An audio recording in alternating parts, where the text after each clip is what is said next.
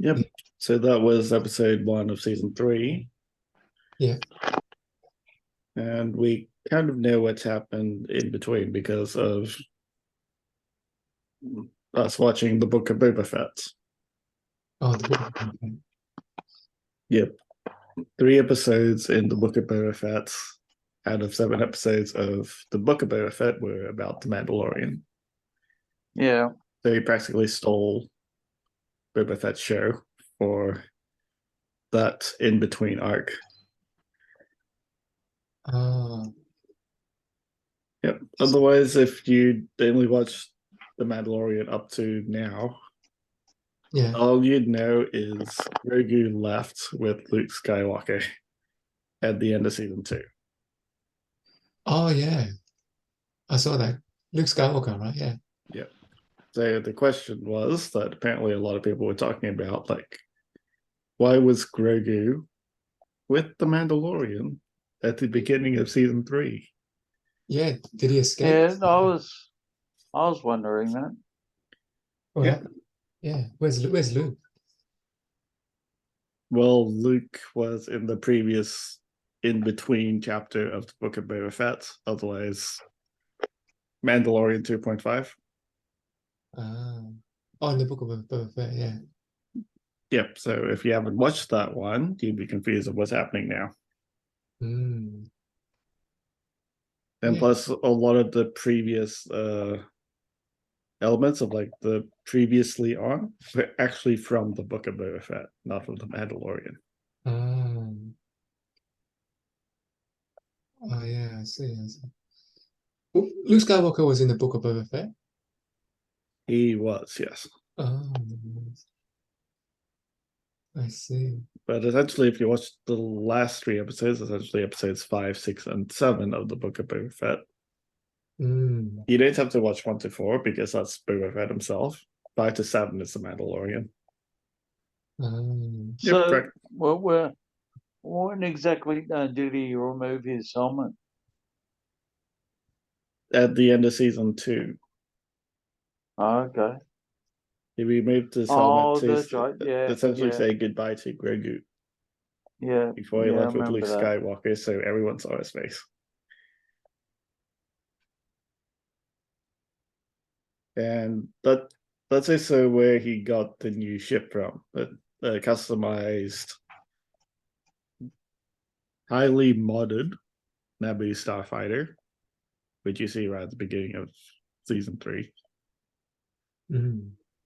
Do you see them create and mod that ship in the Book of Boba Fett as well? Mm. So yes, it's required viewing. You have to watch it to understand what's going on. I see. And I assume because we watched it together that you also both know that bit of the story. Mm. Yep, and Din Djarin is back finally. Yeah. Everyone was waiting for him for quite a while. A big year for Pedro Pascal in the beginning of the year as well, with 2 highly rated TV shows right now with Pedro Pascal. Mm. So he has a Uh, big year right now. And the father figures. what two TV shows? Pedro Pascal is Din Djarin of The Mandalorian, Yeah. or Mando. And he is also Joel Miller, a father figure in The Last of Us, a show that's still Okay. ongoing right now. Yeah. Mm. But it's interesting the parallels between the 2 shows because he's both the father figure of Grogu and a father figure of Ellie in The Last of Us. Oh, Ellie, yeah. I've been watching the show. It's based off the game. Really good show. Mm. But yeah, it's an interesting one to see what happens. Like, he's practically the staple of being a father figure right now. It's like they want Pedro Pascal to be the father figure for many shows. Mm. A bit how Liam Neeson has his own trait of being in the same type of show all the time.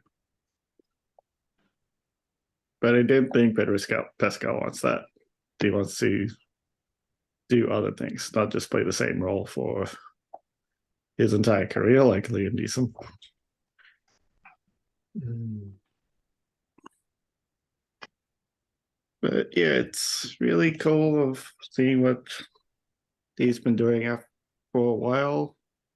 Recently, he's also been on SNL, where he made like a fake trailer for Super Mario Bros. completely kicking Chris Pratt off as the Mario or the RL Mario. Mario.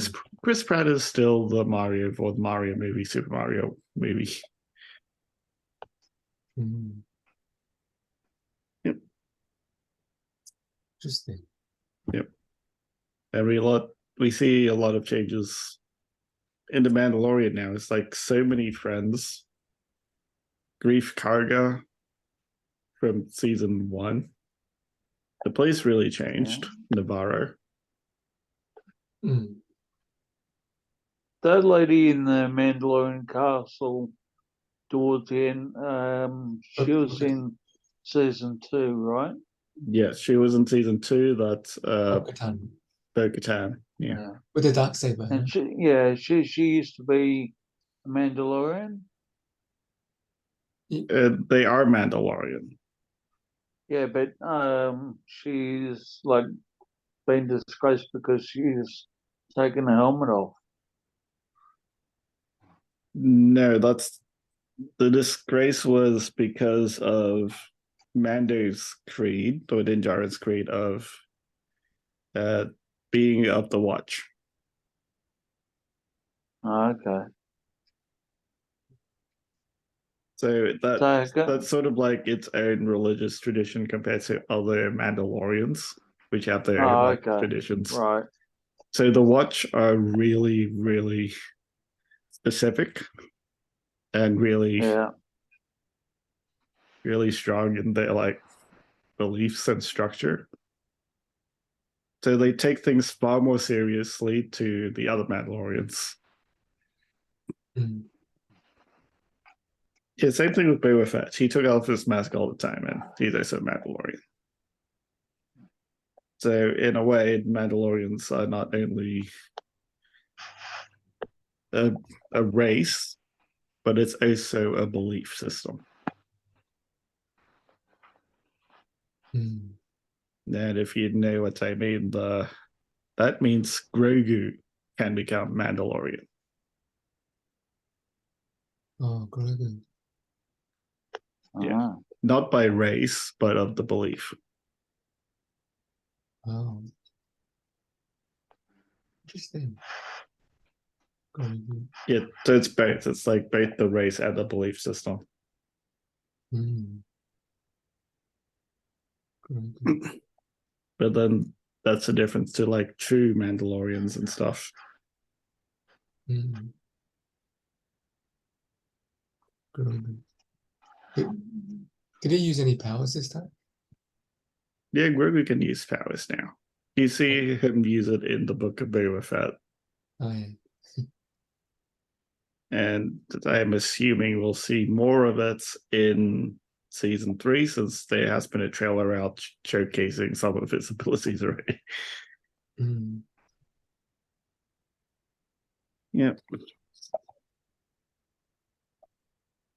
Mm.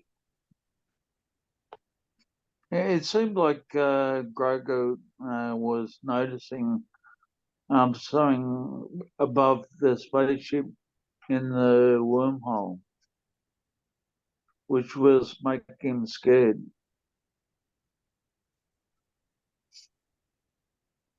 The what? Remember when they were traveling through the wormhole to get to the planet, and Grogu was looking up and seeing something in the wormhole, like some shape or something, Yeah, and I he didn't. Yeah, I got didn't think he was yeah scared. He was interested. We assumed they were space whales, known to be in the Star Wars universe, that could travel through hyperspace. yeah. Hmm. Well, they're not He dangerous in seemed any sense. he seemed to be scared because he crawled down um, with the Mandalorian. Well, it's either interest or being scared. I think it's being more Yeah, interested because the history of these space whales in Star Wars, they tend to be quite yeah, not dangerous. yeah, Hmm. But anyways, yeah, but we see a bit of the space whales in the hyperspace, or what we assume to be space whales. It could be something yeah, else. We get IG-11 back in some sense. That not too sure how he got his original programming back. Hmm. And they say they mentioned Cara Dune for like a bit because of following Cara Dune's firing, or Gina Carano's firing, who plays Cara Dune. So they just gave her practically like a one sentence send off Hmm. okay. because they won't be bringing her back. I see. Yep, and Grogu is always like so cute. Like he like cuddles that repair dude, that tiny one. Yeah. And they also appeared in episode 9 of the Star Wars shows. Was it? No, I wouldn't know. I wouldn't know. Yeah, Star Wars episode 9, the actual one that we didn't like so much, or the Star Wars series, the sequel series of Star Wars. Hmm. And yeah, the whole story of episode 1 is the new arc of the Mandalorian. He's completed his mission of sending him to the Jedi, and now Yeah, he's seeking redemption because he took off his helmet. Hmm.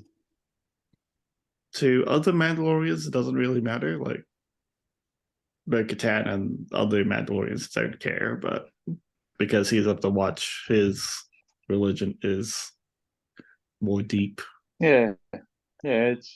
It's a big deal because he's in a particular religious cult. Yeah. So Mandalorian is in what they call the Watch. That's what they call it. Yeah, Oh, the bunch. We see the so armorer again. Man. yeah, Armorer, yeah, like the leader. Um, Hey, let's see. What if we could find Easter eggs? that'd be Mandalorian good. Yeah. season 3 episode. I'm sure that there'd be Easter eggs around when that young girl was being uh, brought into the Mandalorian uh, uh, uh, tribe, or what do you call it? Like what with a big crocodile thing. But the crocodile. I'm not too sure the significance of that crocodile, but that was interesting. They found the Easter eggs. So let's see these Yeah, right. Easter eggs. Star Wars intro includes all Mandalorian characters besides Vader.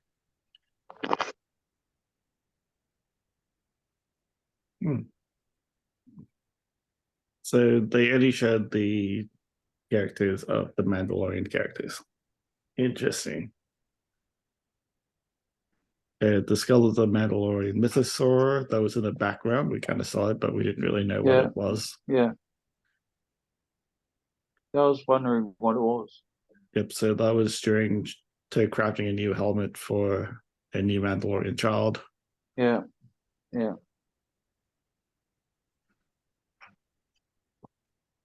Sigil of Clan Vizsla.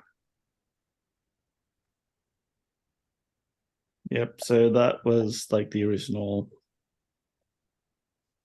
Clan Vizsla. Vizsla was also part of the story as well, since we know that someone in the Vizsla clan is in the Watch as well, who wanted to take the Darksaber back for his own family. Yeah, Mandalorian Jedi Tar Vizsla. We talked about that before in the previous season, about the history of the Darksaber. Oh yeah, Paz Vizsla. Yeah, he actually fought the Mandalorian in the Book of Boba Fett, trying to reclaim the Darksaber. He didn't win, of course. And won Starfighter weapons. That would be the Naboo Starfighter, heavily modified. So I guess not really a big Easter egg, because yeah, it's a Naboo Starfighter. You know what Naboo is if you watched episode 1 of Star Wars. And you see them creating it in, I think it's episode 5 of the Book of Boba Fett.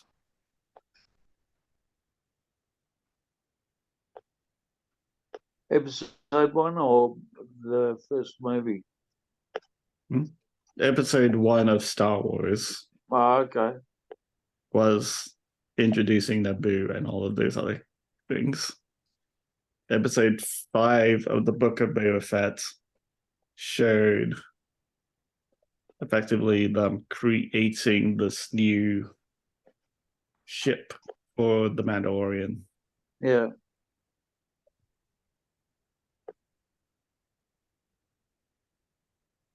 Mandalorian canonizes the Empire's with atrocities of Mandalore. Yeah, that's the whole destruction of Mandalore itself. We also see them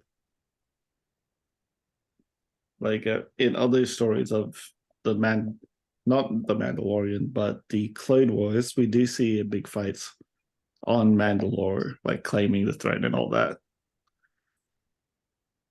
But that's actually just completely makes all of those other stories canon, especially like Bo-Katan as well. Bo-Katan, yeah. Yeah, the sister was essentially the Queen of Mandalore, who was Satine Kryze, who had a thing with Obi-Wan Kenobi at one point. That's a different story for another time. So it says that the crystal is fused to Mandalorian inscriptions. Yeah.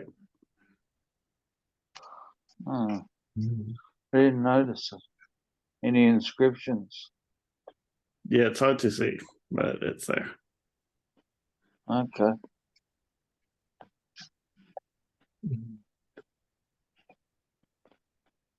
The inscription on the Mandalorian shard.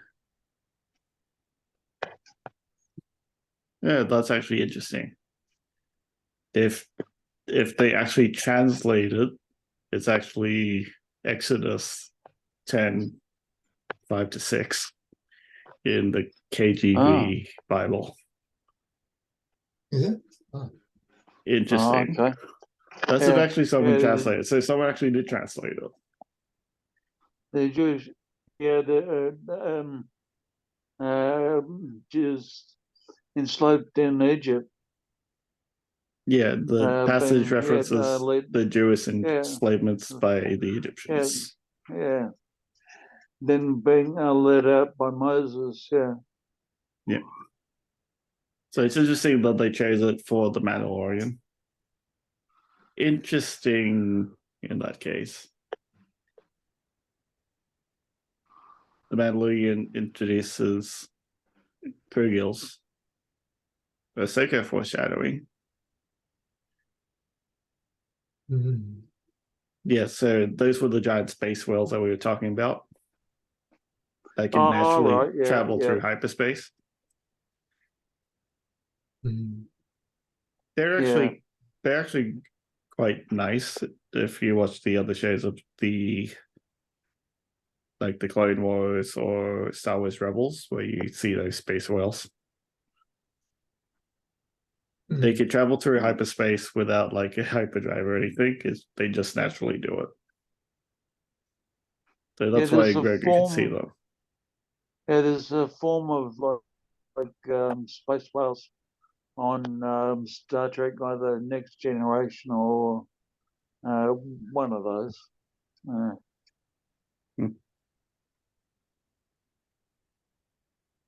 Navarro continues to thrive. Yep, we knew Navarro Yeah, before under the Empire is like was really destroyed and stuff. yeah, we saw that before, but it's completely desolate, and now it's Yeah, all built up. it's completely changed. Like even they said themselves, it's like a completely different town or Yeah. different city.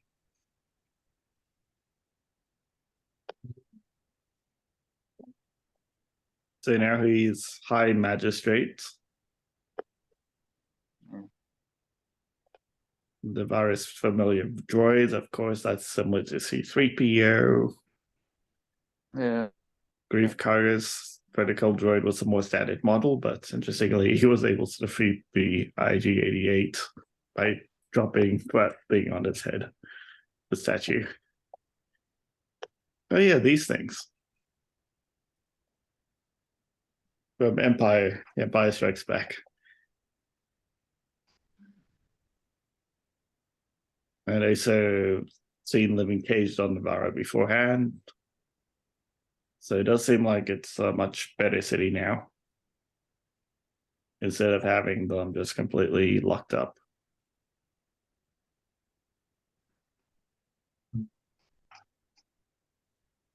IG-88 statue. Oh yeah, I guess IG-88 actually did save the town. In that case. okay, yeah. Because that was the whole like season 1 story. Like at the end of season 1, IG-88 essentially self-destructed himself to save the others. Oh, yeah. Grogu's force usage increases. Yeah, we see him like take up one of that piece of food from the desk. So we do see him use it more often now since he was trained by Luke Skywalker. What was in the episode, was it? Because I didn't notice it. There. He just used the force just one bit to like grab a bit of food. He's I a thought he kid. was going to eat the crystal. Yeah, I thought he was going to eat the crystal. Not the crystal there.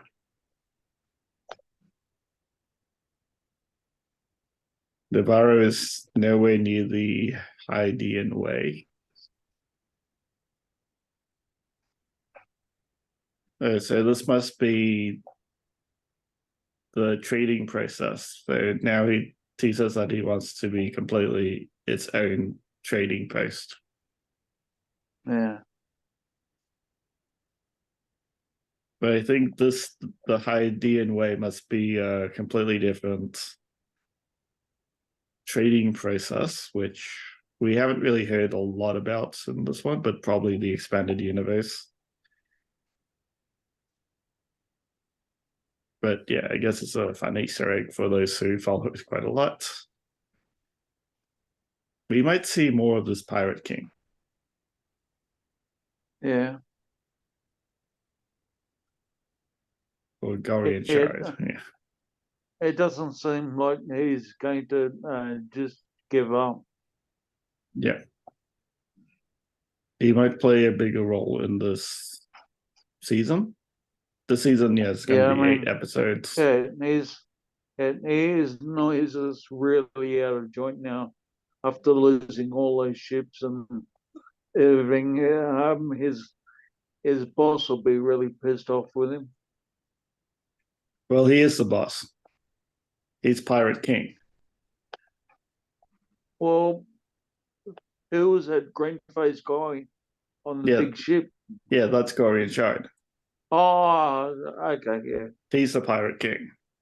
They even talked one-on-one before he flew over the ship. So the guy on the planet with the horns. That was just the lackey. Okay.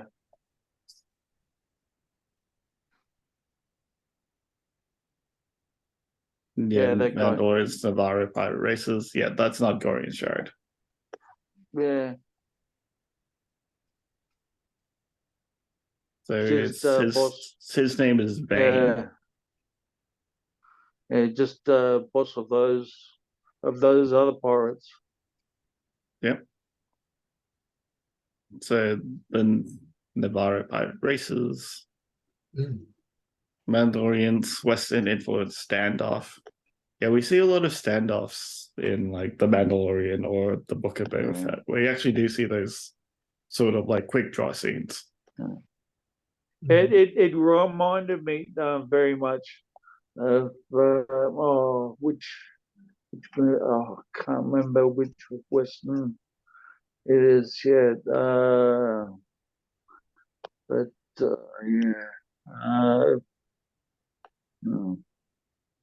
It was about 1964 Westerns. Yeah.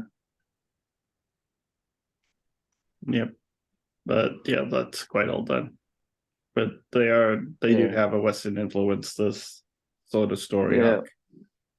Because they are gunslingers, yeah. So of course. So Cara Dune is part of the New Republic Special Forces. That was just the throwaway census that we were talking about that kind of gets rid of Gina Carano as Cara Dune because of her firing. Cara Dune.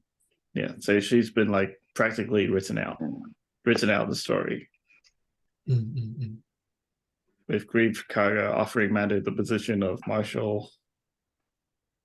Dune is now part of the New Republic Special Forces, explaining her absence from the series in the reference to Carano's firing. Yeah. Moff Gideon faces the New Republic War Tribunal. Moff Gideon was at the end of season 2, and that's how Mando got the Darksaber from him.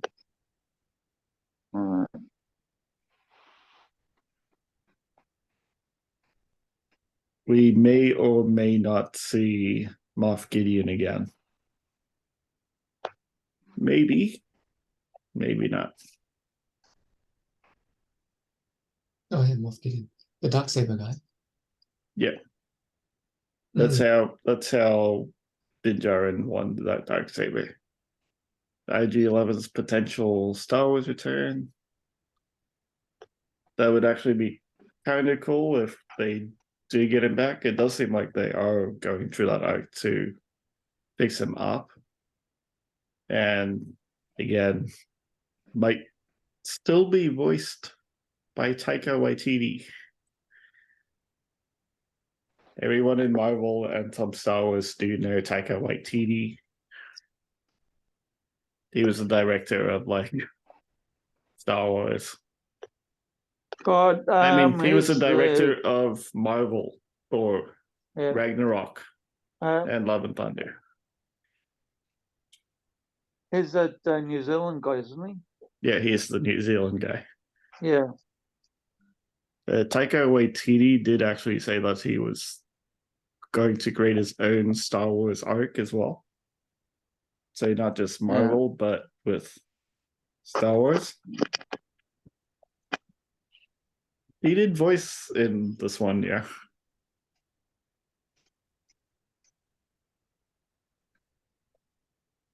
Babu Frick's species appears in The Mandalorian. Yeah, that was in episode 9 of Star Wars. Like the droid repairers. Yeah, Rise They of were Skywalker. funny. Yeah. Weird little creatures, those ones.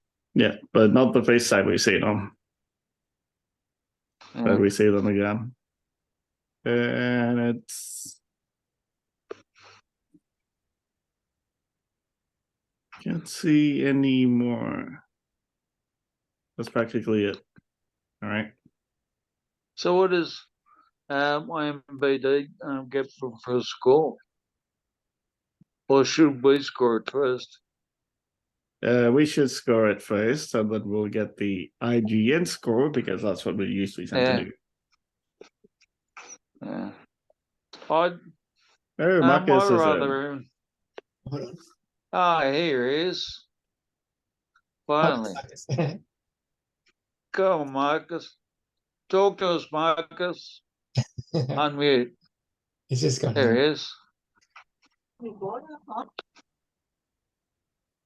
Oh, Hello. hey. Hi, Marcus. You just got home, right, Marcus? Yeah. Yeah, yeah. Cool. Oh, where's Steph? She's not here. Yeah, she chose not to join watched because she hasn't seen the other episodes. Oh, okay. Yeah. So, Oh, yeah, that's right. She Yeah. never saw the. have you seen it, Marcus? This episode? Oh, this one. No. Oh, you haven't I seen it at haven't all. seen it yet. Oh. Yeah, yeah, I know. I watch it. I watch it myself. Yeah. Well, so maybe we shouldn't score it if Marcus hasn't seen it. I just shut my ears. It's okay. Yeah. Okay, we'll try to do the scoring without spoilers then. Spoiler-free Yeah. review, huh? Yeah. Spoiler-free. Spoiler-free scoring. Yeah. Okay. All right, Well, so I enjoyed getting back to Mandalorian, so I'll probably give it about a 7.5. Oh. 7.5. That's good. Jeff? I'll give it an 8. Yeah. An 8. Wow. Wow. Yeah. It's pretty good. Yeah. It's got Baby Yoda again. Which is good. Yep. So that was a short one from Jeff. I'll give a bit more details, but would not spoil it for Marcus. Essentially, it's following the story during the Book of Boba Fett, where he becomes an apostate for taking off his mask. So it's parallel. So this one is essentially finding the redemption. Like how will path he find redemption. redemption? Okay, Path okay. of redemption. First, the episode is called The Apostate. Yeah. Okay. And we hear that word mentioned in the Book of Boba Fett as well, so it's not a new thing. We do see the ship that Din Djarin created with the mechanic friend on Tatooine. That customized Naboo starfighter, which is really cool and really fast. So it does actually show that Book of Boba Fett is a needed watch to understand what happens in between season 2 and the start of season 3. Well, it's essentially 2.5, right? It So, practically is, yes. hmm, So you do need to watch those episodes. If they hmm. missed it, Oh, people are confused. I guess Steph made the right choice then. If she hasn't seen, really? you know, Oh, first two, you know. any of the previous seasons. Including Book of Boba Fett, yeah. If you haven't seen that one as well, right? Hmm. Yeah. Well, anyway, throughout the story, a lot of stuff tends to happen, so we won't spoil it for you. But we do see some old characters returning, a lot of them being friends now instead of like enemies. And yeah, an interesting arc for maybe one of the old returners. That's all I would say, and you could Oh, I think think of I what know I who it mean. is. You do? I think I've spoiled it for myself. You spoiled it for Bo-Katan, yourself? Bo-Katan. Bo-Katan. Oh, Yeah. so you know that already now as well. So Yeah. that's kind of spoiled. Yeah. Bo-Katan, yeah. But overall, I'd give it a solid 6.5. Ah, Yeah, I gave it drop points also because you'd have to watch a different series to find out what's happening in the current series. Like not part of the Mandalorian at all, but a completely different series, the Book of Boba Fett. yeah, but Jeff, you're usually scoring 5s or 4s, and like your high scores usually 6, and I think highest score you've ever given was 7.5. No, I've given 8s before. Hmm. They've given 9s before as well, but maybe not for Current Chase. Okay. But yeah, solid 6.5, solid start of a series. New series. Yeah. And we'll see what will happen next. Cool. I thought they released 2 episodes, or is it just one? Just one? It's just one Okay. episode so far. Yeah. And I think that's it. Oh, okay. That's all she Yeah. said.